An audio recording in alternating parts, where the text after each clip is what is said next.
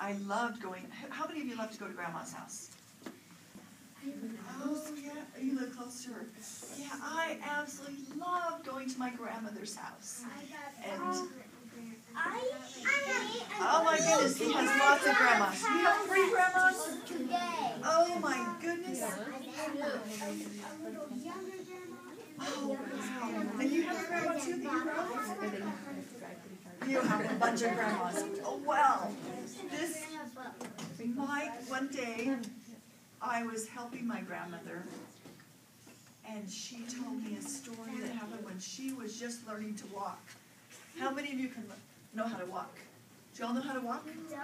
Yeah, yeah. So this happened when she was even younger, so she couldn't even come to primary yet. She was crawling and learning to walk. And her older brother had marbles, shiny glass marbles. And he would roll the marbles to her, and then she would crawl over and get the marble, and then she'd roll it back to him. And that was bribing her to crawl and walk. She was learning to do that. Well, one time they were doing this, and her brother, or her dad, I don't know exactly who was rolling the marble, rolled it towards her, and it went past her over by the stove. Do you know that a long time ago, stoves were heated with wood and coal?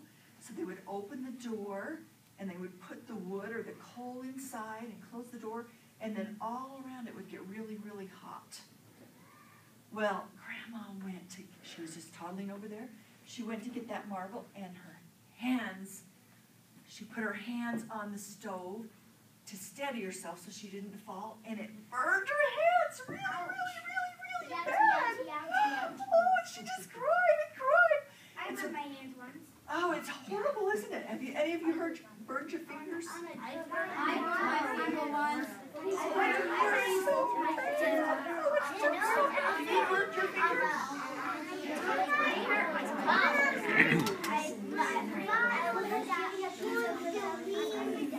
Oh, you burned your fingers. I went to get certificate out of the cooking and toaster without oven mitts, and then when I grabbed it, it burned. Oh, he's had the same thing. Well, do you know, her hands were hurting so bad, and she was so little, and just cried. They took her to the doctor, and the doctor said, I just had to get a gel pack. oh, you just had to have a gel pack. Well, that's fantastic. On my hands for like a night. Just like a night. So they did have an ice house. They would cut, this was something interesting about my grandma's life and my grandpa's life. They would go to the canal in the winter, and they would cut ice blocks out of the ice that would freeze in the canal.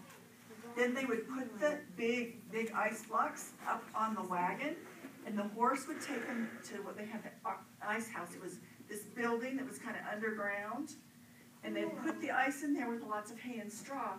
And then in the summer, they could get the ice blocks out, and they could make ice cream, or they could keep some milk cold, and they would put things in the ice house. So I'm sure they had a little bit of ice they could put on their hands.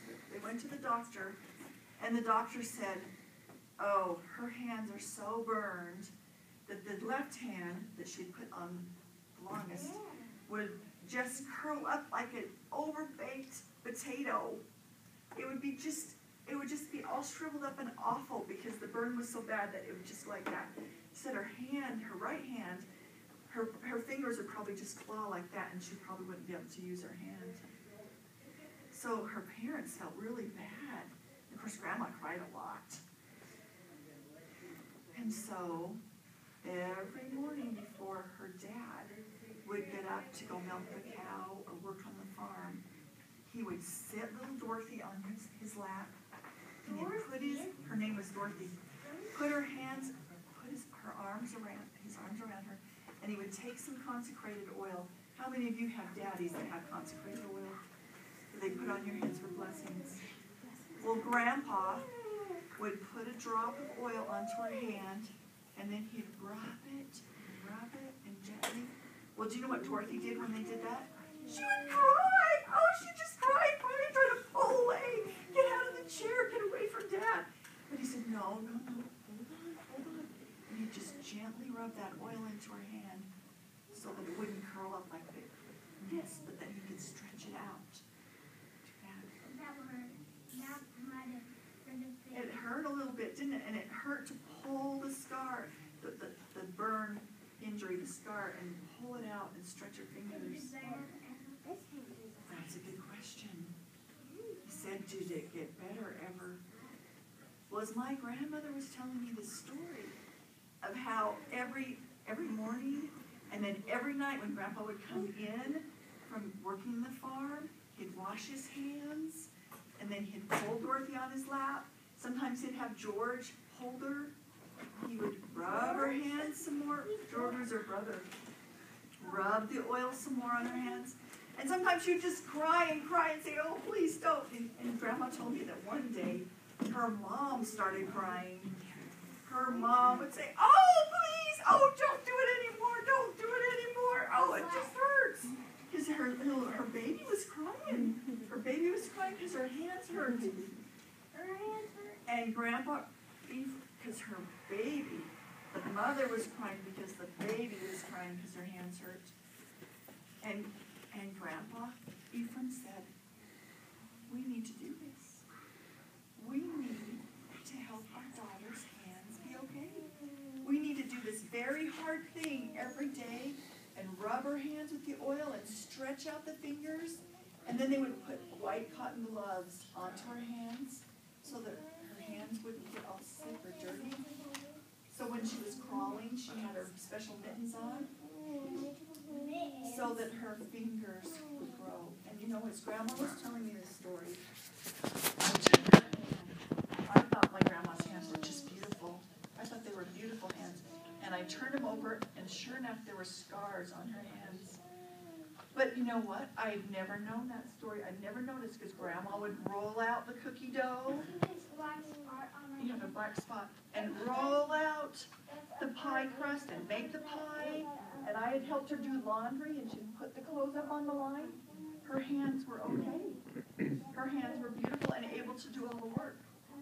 Well, what do you think this story has to do with what we've been talking about this?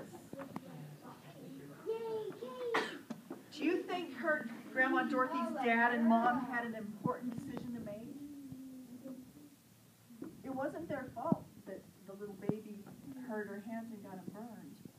But they had an important decision, and you know, Grandpa Ephraim and Grandpa Mary they went to church and they prayed. And they read their Bibles. And I think Grandpa Ephraim and Grandpa Mary were prompted to do that hard thing. Even though it made the little baby cry, they were prompted to keep doing that to help her hands grow. To help her hands grow normally so that her fingers didn't curl up like this, but they would stretch them out and help them grow strong. So that she could grow up and have babies and take care of those babies and feed the babies and do all the things your mothers do. Because my grandma's hands were strong and able to work hard. So I think sometimes the decisions we need to make to follow Heavenly Father take work. And sometimes they're hard.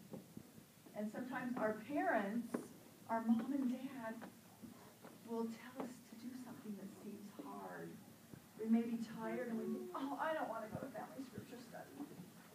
But we need to remember that to do right sometimes takes courage and bravery, like my grandpa having bravery to take care